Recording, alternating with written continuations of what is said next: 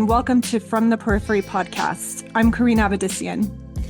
In this episode, we explore how Armenian Genocide Studies is grappling or failing to grapple with the ongoing genocide in Gaza.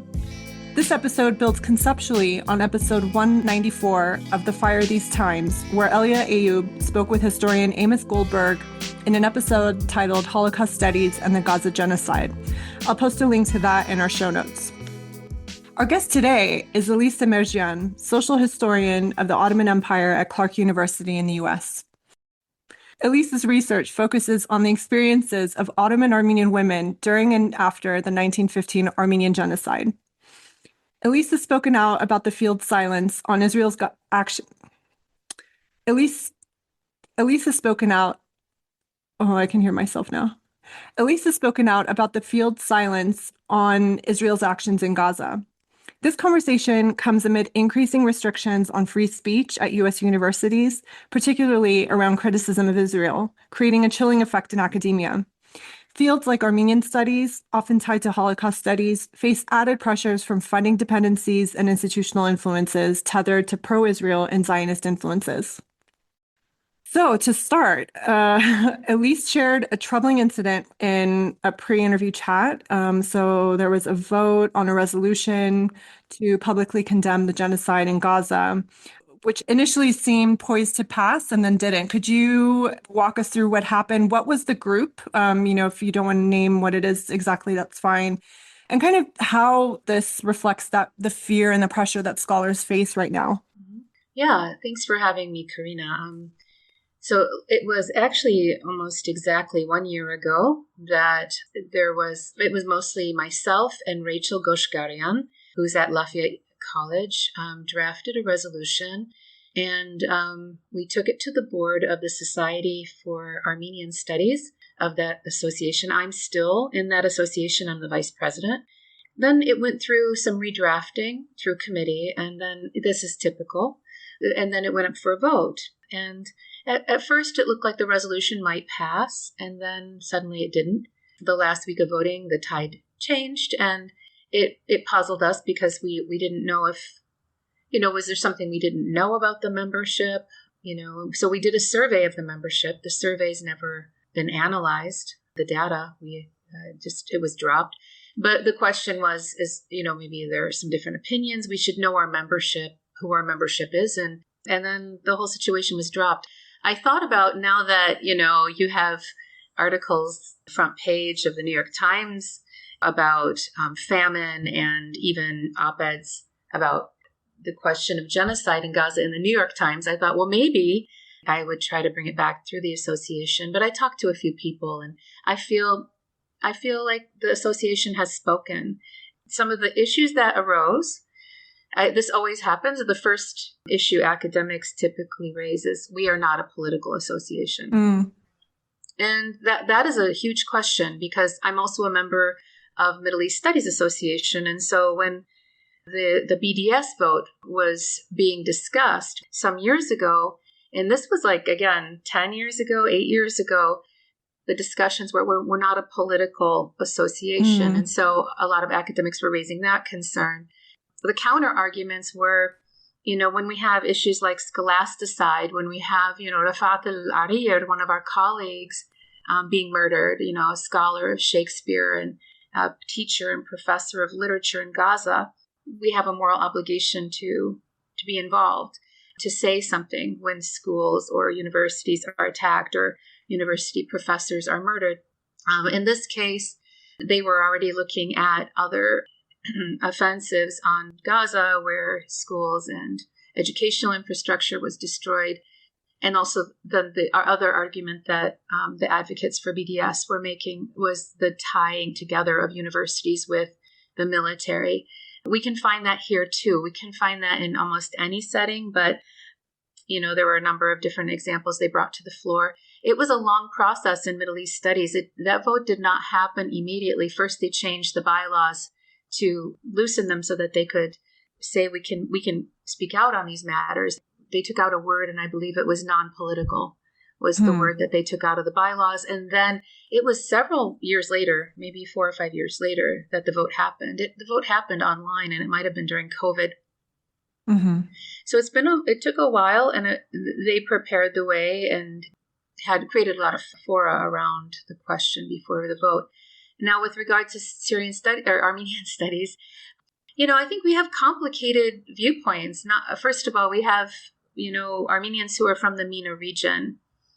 We have Armenians who are also from Jerusalem, from the West Bank, and they're in our midst as well. And people from the MENA region are, very acutely aware. Some of them have survived bombardments, so they're very acutely aware of the situation. Also diaspora Armenians who have different attitudes. So diaspora is plural. We have different viewpoints. And I think that for Armenia right now, looking at also its shift towards the West, its policies will have to be very amenable to Israel. So maybe some people are swayed by that. Others are looking at the weapons that were used by Azerbaijan against Armenians during the Second Karabakh War and, the Israeli kamikaze drones and others that were used against Armenian soldiers. So, I mean, maybe I shouldn't be surprised at the outcome of the vote. Yeah, I wanted to zoom out a bit and talk. I mean, you already kind of started touching on the topic of Armenian studies as a field. Just for our listeners, Armenian Genocide Studies investigates 1915 to 1923. I mean, the years are, you can argue them. Ottoman Genocide, its legacies, which continue to shape memory, geopolitics today in Armenia, law. The field also engages with the legal and ethical legacies of genocide. Turkish state denialism of the Armenian genocide has impacted the field significantly. And in many different ways, Turkey's direct pressure on researchers through legal, professional, personal threats, through Turkish money in academia, efforts to discredit genocide scholars through limiting access to primary sources, right? Because Ottoman archives in Turkey are often restricted, which forces many scholars in Armenian genocide studies to rely more on survivor testimonies and secondary sources from non-Turkish archives, but then, denialists then dismiss those as biased or incomplete. But I wanted to also underline the fact that Raphael Lemkin, who coined the term genocide in 1944, drew directly on the Armenian case when developing the concept that now underpins international law and crimes against humanity, and that continues to inform the study of other genocides. So I wanted to ask, given that Armenian Genocide Studies has long grappled with state-sponsored denialism, institutional pressures around that, and the ethical imperatives of bearing witness, how does Gaza echo these historical challenges and highlight the field's role in addressing contemporary genocide? Well, it's interesting because the way you're narrating it, the idea that there's a kind of an ethical impulse in this field, in some spaces you would be very hard pressed to find it. Now, all of a sudden, there's this idea of treating it like it's a discipline like classics, where we just, read text and do classwork and analysis of text. But I've been told repeatedly over the last nearly 2 years that we're an academic field, we're not political. I guess my question is, are we a pro-genocide field or are we an anti-genocide field? And I think by choosing to be in the area of anti-genocide or genocide prevention, we're automatically a political field. So I think this idea that somehow politics is separate from, maybe there's some really deep politics to like your analysis of Homer's Odyssey or something, but our field is built out of like a kind of an ethical imperative, as you've pointed out. So, and that imperative's been around for a very long time. To me, what's remarkable is how you have Armenians trying to document, very similarly to Palestinians in Gaza, documenting their own genocide in real time. Writing down testimony, recording testimony. There's a group of people who published Agony of a People, which is 1916 text generated by Zabel Yesayan. She sat down with a survivor and composed his testimony for him. She did that in 1916, very early, and it just got translated and published. And so I would just say we're very interested in this because people were doing this for activists. It wasn't like Zabel went out to interview this survivor, as an academic exercise or a literary exercise, although she was able to use her talents to help someone not only express what he went through, but also what the people he came in contact with went through who were deceased. So even the deceased get to speak beyond the grave. Mm-hmm.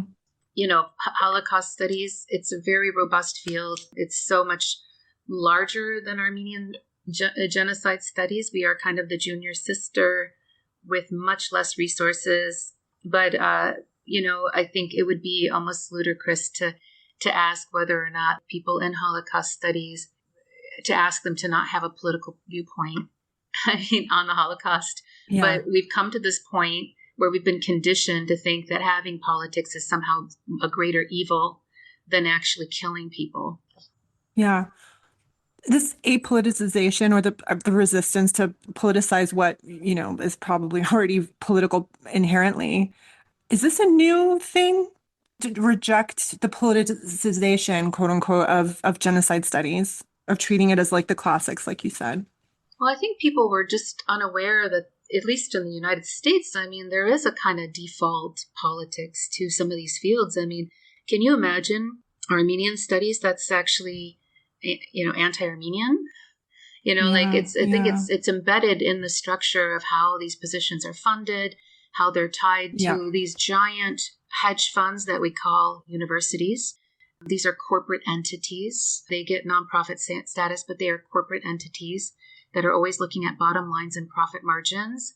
And so if funding is taken away from a center because, let's say, not that I plan on doing this, like somehow just bashing on Armenians in public, one could imagine the funding for my position would be taken away if I were doing things that were outside of the mission of the donation. And so, I think that's definitely at stake for people who are now like where the default position, of course, is to support, Jewish people, to support the Jewish nation. And then all of a sudden there's a policy that you're like, oh my God, I cannot abide by that. And so we have huge numbers of scholars who've taken personal risk. Some of them have had their endowed chairs removed by name, not the money, but the name. We have a network of, it's called the Genocide and Holocaust Studies Crisis Network. And I think it's approaching 800 members now. It emerged in response to Gaza? In response to Gaza. Okay. And leading the way are genocide scholars. Leading the way are Holocaust scholars, actually, who created the network. One of the major figures is Michael Rothberg. They penned a letter that was published in The Guardian last month and announcing their association and their large membership. And, they cannot abide by what they see because they're Holocaust scholars. They understand what they're seeing.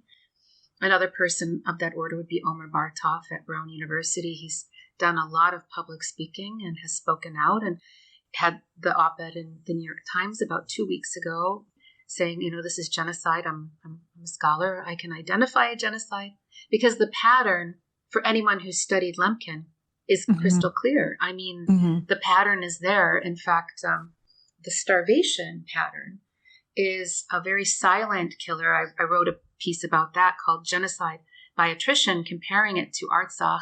But the starvation pattern, which we also saw in Sweden recently, it's what Lemkin called racial discrimination in feeding. And so if you studied the works, I think there is, whether it's institutional or also personal feelings, like I think some people just are having a kind of cognitive dissonance or just cannot believe what they see. It must be fake. It must be AI generated. The mediatized images are not helping either because people can see like one of the most horrific things and not believe it. I'm reminded actually of this, idea, I think that's been written about a bit, but I've noticed more in kind of Armenian conversations amongst one another, where there's this realization that so much of what underpinned, efforts at recognizing the Armenian genocide was based on awareness raising, like this taken for granted assumption that, if only people knew what was happening, they would stop it. And Gaza and Palestine just as a whole has just completely blown up that idea. And it's just requiring completely new ways of thinking about it and thinking about how to, fight back, resist, bring awareness to, honor the memory of, et cetera, all the things that we, want to do around genocide? I guess I would say people always knew. People knew. Mm. Tal Brotman, who produced a book about it's called the Auschwitz album. It's a very famous kind of album of compilation of photographs from Auschwitz. In his presentation, there's an image of a Jew being lynched. And what he does is he zooms in on different areas of the photograph. It's a brilliant study. And you see at least like 8 cameras being held by audience members. So one of the questions he raises, what about all those other photographs that might be in people's private collections at home? The grandparents or uncles or whatever collected these photos as souvenir photos of a lynching of a Jew. He just has one snapshot from the Auschwitz album. But guess what I would say is that there were always a proliferation of witnesses and cameras. And so this whole thing about if only people knew, I mean, I have seen images that I've never seen anything like them before. I mean, it's almost like with each moving day, I'm seeing more horrific images. And so there's no lack of information. But then again, in his book, Exterminate the Brutes, Sven Lidquist was one of our scholars of genocide studies who writes mostly about colonization in Africa and genocide. He says it's never been a lack of evidence. That's never been the issue. There's always been evidence. We just have a different kind. It's not a hand-snipped photograph. You briefly mentioned the relationship between Armenian genocide studies and Holocaust studies as being the kind of little sister. Could you describe that relationship in a little more detail, like institutionally, structurally? There's like informal networks as well, I'm sure, of scholars. Yeah, I mean, my intellectual heroes are in Holocaust and Jewish studies. Like I've long admired all of these scholars who I get to read and then be inspired to maybe reframe or rework some of our concepts in Armenian genocide studies or Armenian studies. So, I mean, a lot of the institutions that we have, I mean, like, for example, a very important one is the Holocaust Museum in the United States here in Washington, D.C., because students who don't work on the Holocaust are seeking funding because we are a comparative center. So where do they get funding if they're not working on the Holocaust? That's the huge question. And it's not only a question for students. I mean, if there's a scholar, I know you have your own research project too, like there's a scholar who wants to work on something, I'm always directing them to just mainstream institutions because I know there's no, that I know of, major granting agency that would give you a year or 6 months to work on a project. The funding is much more small and piecemeal. So Armenian funding, Holocaust Museum, and a number of other agencies that have also fellowships and have, grants for students and internships. And so we have some things, but nothing on that scale. And it makes it so, we're always scrambling for funding to fund the research, the actual research. My understanding is I think our community, the Armenian community, loves brick and mortar projects. Like they love to build buildings. But like the idea of, okay, there's somebody's going to write this really innovative book on Armenian genocide studies. How do we give that person a 12-month leave from work, pay them so they sit and write the book for a year? That kind of question doesn't seem to be at the forefront of our communities. Now, there's also this question of Holocaust and genocide studies.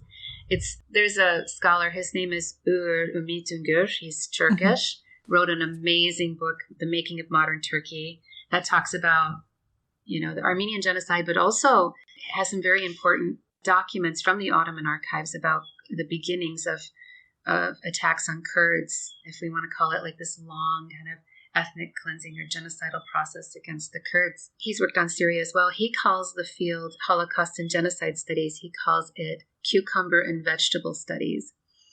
Why? Well, they're all vegetables, right? It's kind of a funny little thing he made up, but he used it in one of his essays in our forum on Gaza. And he raised some really important questions. He was basically saying, why do we call it Holocaust and Genocide Studies when they're all vegetables, right? It's vegetable studies. I don't know. It's just interesting. We have to name the cucumber. And, Is it like a cute way of being a bit dismissive about it? maybe. I think he's a true comparativist in the sense that he has worked on the Armenian Genocide. In that work, he's already comparing with Kurds. He's also worked on Syria. He has some important work on genocidal activities of the Assad regime. Mhm. So I think he wants all of these fields just to be in conversation, but we do often distinguish. And a lot of the Holocaust and genocide centers, they are very much Holocaust forward. And I'm not criticizing that. I'm just saying it's the nature of, how donations are working, which also circumscribe the work and the mission. It's areas where I would love to see someone fully fund an endowed chair in Yazidi genocide studies.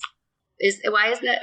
That is somehow seems unimaginable. I don't know. We have underrepresentation of Africa and Asia. It's interesting. I mean, so again, structurally, in terms of like finances, influence, institutionalizedness, Holocaust studies is, ahead of the others. What are the others, besides Armenian studies, which is one of the little siblings? Well, we have a center emerging at University of Toronto. I mean, there is a center for Ukrainian studies, but Ukrainian studying genocidal patterns in Ukraine, abduction of children, forcible assimilation, refusal to acknowledge the existence of Ukrainian identity, that sort of thing, mass rape and gender violence. So, I mean, Ukraine is one. One of my colleagues works on the Herero Nama genocide in East Africa, which is very important. And there's still a lot of really tender political dynamics with Germany over this, including repatriation of remains. I think that's a genocide that really should be studied in depth if we want to understand the Armenian genocide. We want to understand the Holocaust because it's an important precursor. In general, like colonial genocides in Africa are just not given that much attention. I mean, I'm thankful I had a colleague for some years who worked on that, but now she's moved on to another university. Rwanda as well, probably. Rwanda, we do have, one of my PhD students is working on Rwanda, so we do have a lot of student interest in Rwanda. We have student interest also in Nigeria, in the Biafra. And so, I would like to see more people working on, I have a student working on the question of genocide in Syria. That field is emerging. I would say also there is a Palestinian genocide field emerging. And I don't know if people want to acknowledge it. They can not acknowledge it, but I think it's happening. Yeah. And we also had people who were already doing that kind of work before October 7th. There's a lot of people also analyzing the rhetorical frames between Palestinians and Israelis, the rhetoric of we're fighting Nazis in Gaza, as Amos Goldberg pointed out, as a kind of move away from the exceptionalism of the Holocaust and kind of using the Holocaust imagery to frame the Palestinians. But that also has been going on for a long time before October 7th. I would like to see more work on Yazidis. I will tell you, as having a student who's working on this, we have memoirs and we have travel narratives or people who've encountered journalists. And there are some people already working on applying the genocide principles and concepts to the case of the Kurds in Turkey. So there's a couple of works. They haven't come out yet, but I think that's going to also be a really important emerging. We generally need more scholars to engage genocide studies who are doing also Middle East studies. To connect with the broader field, or? Yeah, to connect with different fields. Like, let's say somebody wants to start thinking about sectarian violence in Lebanon. I mean, it would be really interesting for them to be in conversation with the genocide field. I'm very interested in what my students doing with Syria, and we've been reading some very new, very fresh scholarship mostly by Syrians writing about the Syrian war and genocidal practices there. Now, whether it's a legal case, that's the other question, because the Armenian genocide studies in particular, there are some scholars, and I don't dismiss their work, but they were obsessed with building dossiers to prove criminality, criminal intent, to build legal cases against the state of Turkey. I mean, maybe one of the most important for that would be the Hakan Dadrian as a sociologist, to building dossiers. There's others still doing that kind of work. And so there's always been that kind of impulse for some people in the field that makes it even more narrow. Like the work we're doing is very politicized, but in this narrow way of trying to build a case for The Hague, build a case for an international criminal case. I've noticed that the more recent studies, including yours as well, focus on the social and the kind of personal experiences of genocide that are actually, extremely instructive and informative on different levels. I think in many ways, I'm not a genocide scholar, I'm a social movement scholar, and I, still have, being of Armenian descent and having, ancestors who were genocide survivors. So much of the experience of, the legacy of genocide was a question to me in terms of, was this an event that kind of happened and then ended? And it's just like understanding the ongoing effects of it on, family, on society, on, geopolitics. There's so many levels of that. I remember hearing about peers who, years ago, who were wanting to become international lawyers to take Turkey to international court, one of the courts to, for genocide. And I thought that was so cool. The US then recognized the genocide. When was it? A couple years ago. And it was, so anticlimactic and was like, okay, whatever. And, for decades, so much of Armenian American activity was focused on that, on getting the US to recognize it. And then it happened and it was like, so what? Well, yeah, it's kind of interesting. It's a very singular agenda. I'm not here to bash anyone who says, like, wakes up in the morning and says, this is my duty in life, is to prove that the Armenian Genocide happened, which I think, again, no lack of evidence there, but prove that it happened, and then work towards, some kind of justice that would, be some kind of legal justice. But I don't believe that law always produces justice. I would say one of the things about scholarship is that, I'm able to do my work on the backs of people like Richard Hovhannisyan, Vahakan Dadrian. These are people who were building the kind of documentary case, evidentiary case about the Armenian Genocide. So there was never a lack of evidence. Just going back to Sven Ledquist, there's evidence galore.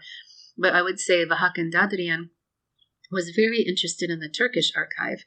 He was very interested in what he could extract from the Ottoman State Archive, the Başbakanlık in Istanbul.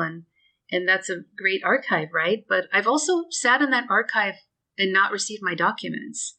I'm not saying I'm banned. I can walk in. But when I ask for 16th century documents, I get them. 17th century documents, I get them. And then in the past, 19th century documents, 20th. So I don't physically go in there. I don't physically go in there. That doesn't mean I'm not getting work done there, but I don't physically go there anymore. And the Ottoman documents are also, abducted Armenian women aren't even named by name. And for me, that's strange as somebody who works in Ottoman documentation, mostly on Syria.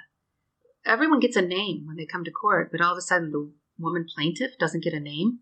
There's so much violence in these documents. I never understood the fetishism. I had the fetishism, but I had to drop it because I realized, mostly by reading outside of my field, like how violent these documents are, that they're not giving the full story. So I guess what I would say is that because of the empirical work they did, I now can say, why don't we turn to something else? Why don't we turn to something in Arabic or Armenian or an accidental archive that was never supposed to be an archive? Or there's now a movement to go into people's personal or private papers and archives, and some really cool work is being done with that, even if it's fragmentary. These are documents that don't have the same kind of state-controlled taint that the Ottoman documents. Now, people will be very upset with this because there are people whose entire careers are hitched to the wagon of Ottoman documents. But what I was trying to say out loud is, as a feminist, I can't hitch my wagon there. I'll use it. Of course, I'm turning back to another project where I'm going back to the, some earlier histories, and I need to use Ottoman documents. I'm never going to look at them like there's some kind of font of knowledge. that somehow we were in the perpetrator archive, which is what I call it, and I've extracted the silver bullet that proves definitively that there was intent to commit the Armenian genocide. That's just not my project. I would rather write about women's lives, women's experiences, and also, to be honest with you, document the disappearance of some of these Armenian communities, including the very low population of Armenians in Aleppo today, which is my next project. So, I mean, we were just talking about that. I was just thinking about the power dynamics involved in that. And I'm reminded of a friend of mine who has been working on displaced archives. She's of Armenian background in Canada. And she was telling me in her sort of small network, informal network of scholars who work on displaced archives, the Armenians, very small, about their relationship to Ottoman archives and kind of how they look at the relationship with the, what did you call it? Perpetrator archives? I mean, some people take objection to that, but yeah, I consider the Ottoman state archives perpetrator archives. And she was talking about some colleagues that they're in contact with, Palestinian scholars who work on displaced archives. And what she was describing, I think she was referring to, maybe just a small circle of scholars that work on projects that they're involved in. So I don't think this necessarily describes the whole field. But she was saying there was this interesting interaction between the Palestinian scholars and the Armenian scholars, where the Palestinian scholars were dead set against going to Israel to access archives about them in the obvious sense, right? Like, going there to the perpetrator state would be kind of, almost like justifying the need for Israel being there to hold these archives in the first place. And that the Armenians had this kind of attempt at a conversation to almost convey that it was almost like, we don't know how to tell you this, but it feels like we are where you're going to be in 50 years, where we got over that in the sense that now if we can get our hands on any archives, we'll just be so grateful and happy because we've lost so much that we're happy just to have that, which was this interesting and really uncomfortable interaction between two groups of scholars undergoing or going through similar historical processes. Again, like I'm thankful, especially I know that we have today, it's a lot. I mean, there was Bahak and Dadrin, but now we have all these Turkish scholars, very highly skilled, using these archives, writing these histories. And I'm just like, more power to you. This is fantastic. Keep doing what you're doing. But I do think that we could be just a little more reflective about what we're engaged in when we're using that archive. That's all I'm asking for. Yeah.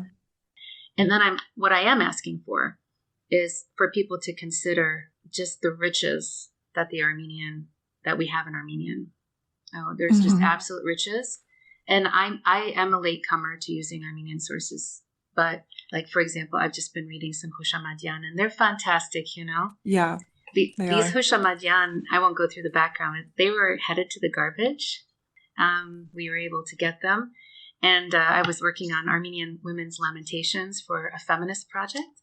And oh my gosh, the riches. So it was one of the students at our center just could grab them and told me, you're looking for some stuff. You're going to find it here.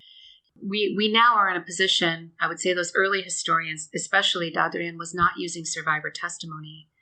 I think that kind of taint has lifted in the sense that now we're much more comfortable using survivor testimony and students are using it in creative ways, pairing them with sources to sort of validate what survivors were saying. And in a lot of that all those great sources, a lot of them are in Armenian. So I think I've enjoyed seeing that also Ottoman studies is moving towards using Western Armenian. So many young scholars, even Turkish scholars, are studying Turkish and Kurdish scholars are studying Western Armenian because they want to read the sources. Because Armenians produce so much. Yeah. So whatever you think you're going to find in the Ottoman archive, you're going to find volumes in Western Armenian. And so it's just an invitation and trying to kind of balance different sources together. Yeah. I wanted to shift gears a bit and talk about the sort of, the academic environment right now in the US. We've seen restrictions being put on free speech on campuses in the US, combined with federal actions targeting critics of Israel. And all of this kind of fostering what you called in our pre-recording conversation, a preemptive abidance to authoritarianism, where scholars are now kind of self-censoring on Gaza out of fear for their jobs. How have you seen that develop and what's happening now? Well, we still have universities open, which is nice. We just have to start there, and then, I mean, I think the capitulation was totally predictable. I don't really consider our universities, as they've evolved, to be as educational as they are financial institutions now. Yeah. So it doesn't take much to make an institution into a puppet if it's all about purse strings. And so cutting off of federal aid, cutting off of visas, a case-by-case deal basis. These are all kind of interesting things that I've seen already functioning in universities. The neoliberal arts, we could call it, the neoliberal universities. I've seen this so much over the last, especially 15 years, where a kind of a full-on embrace of autocratic, authoritarian tendencies has already been present in the universities, because presidents really are kind of like kings. They get these king salaries and king's coffers. And so I've seen that, like, in different institutions over the years, unilateral rule, announcements are made, no deliberation, no collective decision making. So democracy was already, like, the democratic cultures of universities was already compromised. So I'm not at all surprised that it's been very easy to control the most powerful institutions like Harvard, Columbia. I would just say that there was already kind of a groundwork laid that made the system vulnerable. So whether it's gender and sexuality studies, whether queer studies and race and ethnic studies, and then also controls on, since the topic of this is Gaza, the passage of the IHRA or IRA definition of anti-Semitism on some campuses means that you really can't teach anything that might be construed as critical of Israel and its policies. And let me tell you, because we are very obsessed with countries like Azerbaijan, Turkey, other bad actors would love to have rules like this, where saying anything critical of the state of Turkey is Islamophobic. Therefore, you can't. I can imagine that already happening. So I think we open up a window. And so once we've given up academic freedom and critical thinking, I really think we've formalized these institutions as hedge funds. And I'm using that term hedge fund because that's what Rashid Khalidi has called Columbia. It's just a hedge fund. I think they're all hedge funds of a sort. And I think that we're looking at trouble if these types of definitions pass. I personally, it's very subjective what is critical. And then I would just say at Columbia, has recently, both Rashid Khalidi and Marianne Hirsch published opinions in The Guardian. Rashid had a class of 300 that he was going to teach this fall, Middle East history. He's not going to teach it because he said he can't teach it in this environment where they passed this IRA definition. Marianne Hirsch, who is a wonderful scholar of post-memory, she also said, I don't know if I can teach at Columbia if I can't teach Hannah Arendt, because Hannah Arendt was also very critical of Zionism. So being critical of Zionism is also misconstrued as anti-Semitism when there's a long Jewish tradition of debating and critiquing Zionism. And Hannah Arendt being one of our most important scholars, especially for these times, to be reading her, it's just very devastating to think that it might be against school policy to teach somebody like her. I wanted to talk about the ethical and intellectual consequences of these sort of norms being established. Given these pressures, I mean, you're basically completely transforming the intellectual foundations of genocide studies in the sense, not maybe like institutionally, but the intellectual pursuit of study, of inquiry, of genocide, not in the classical, studying the classics, like you were saying. And, there's been some essays written by scholars of genocide studies who've been saying that this is basically the end of genocide studies, at least as we know it. Do you share that view?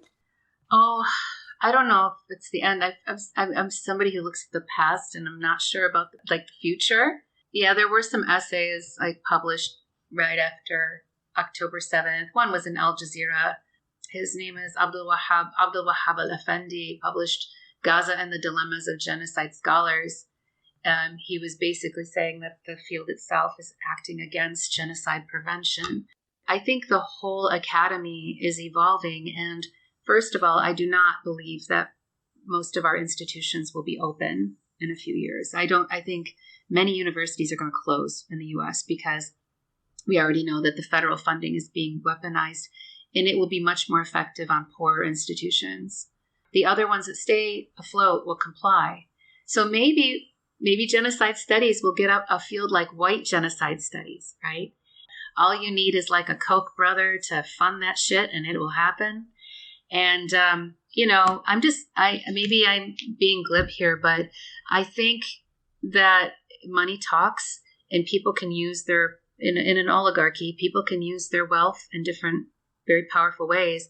And so if you're going to do things like close down the Museum of African American History, or shut down parts of the Smithsonian and have them you just sort of dictate the party line. I mean, we know that there are people in this ruling party who believe the fact of immigration from the global south is in itself a white genocide.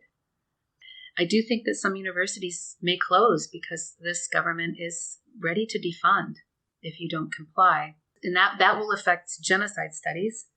What I've noticed with other kinds of austerity is that we had like a huge, when I first started being a professor more than 24 years ago, there was a huge boon to hire people in different areas to cover the global south, to cover Africa, to cover the Middle East.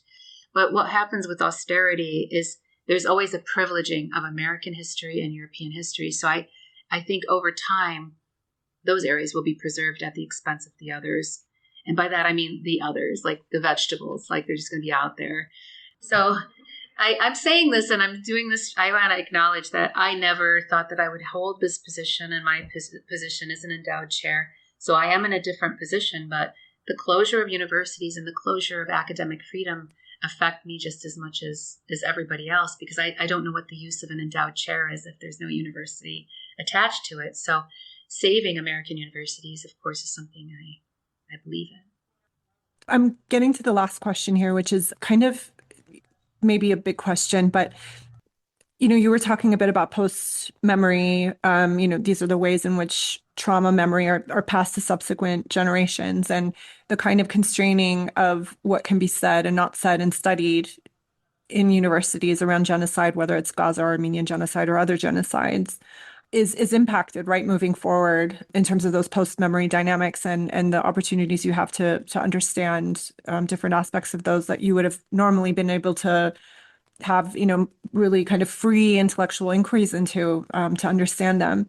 And then you had also mentioned the broader implications of this serving as a model for other authoritarian, autocratic states like Turkey, like Azerbaijan, like lots of other countries that would see what Israel's doing with the discourse around anti-Semitism and the formalization of sanctioning what is deemed, to be anti-Semitic.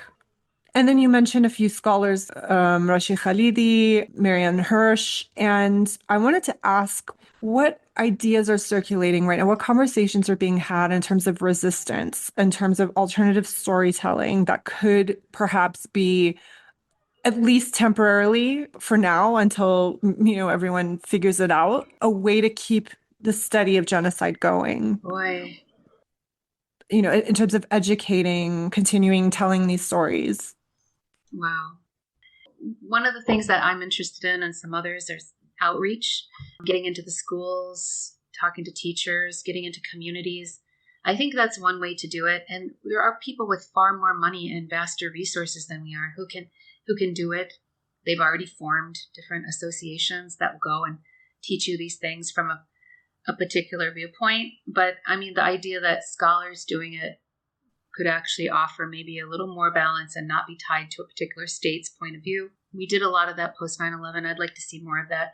I'd also like to see, I don't know how to even begin it, but when I heard that Rashid Khalidi was just going to take his class online and teach it for free, I think that a lot more of us need to be doing that kind of work.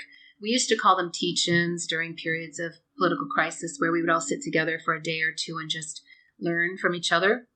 And so I think that's one way. You're calling it alternative storytelling, but I would just say alternative education or free and ongoing education. I know that there are places like some colleges and universities that are now offering degrees for free, especially here in Massachusetts, where there's great programming for education. I mean, I think there's ways to kind of reach people and make it at like no cost to them, just to kind of nurture curiosity.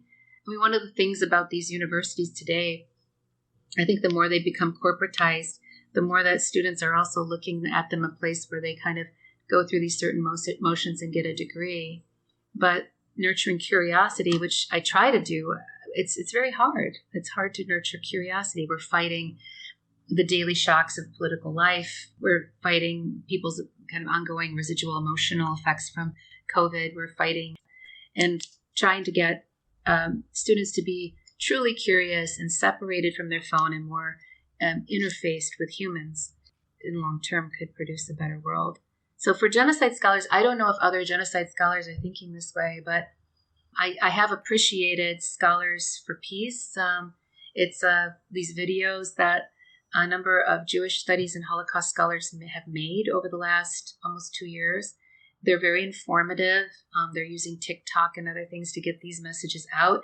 I think we could use tech, but we could also use low-tech ways to kind of bring people together and offer what we're offering at a very high price at no cost to more people. Yeah. That was maybe a very long-winded answer. Sorry. No, that was great. Thank you so much. Would you like to plug your book? Oh, for our audience? Yeah, my book, Remnants: Embodied Archives of the Armenian Genocide. It's I've called it a kind of feminist reading of the Armenian Genocide, but it really does look very closely at embodiment, the body, as a kind of a target of genocide. And my premise is basically that genocide is a manifestation of extreme patriarchy and that we could never really understand it fully unless we examine how the perpetrator understands gender and sexuality and weaponizes it to unravel communities.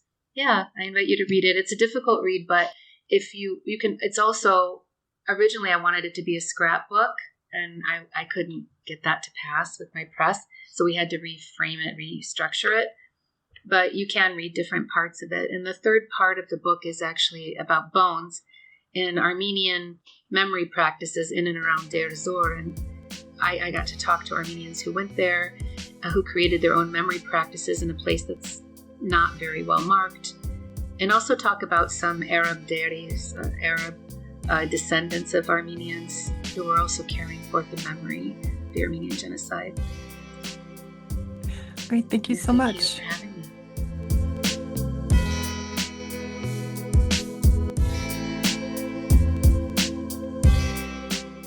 From the Periphery is a worker-owned media collective. We focus on elevating voices, struggles, and ideas that are peripheralized and marginalized under mainstream journalism and academia.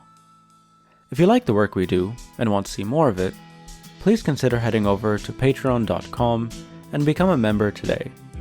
For as little as $5 a month, you get access to exclusive content, an invitation to our monthly hangout, and to join the community that's been growing around our work.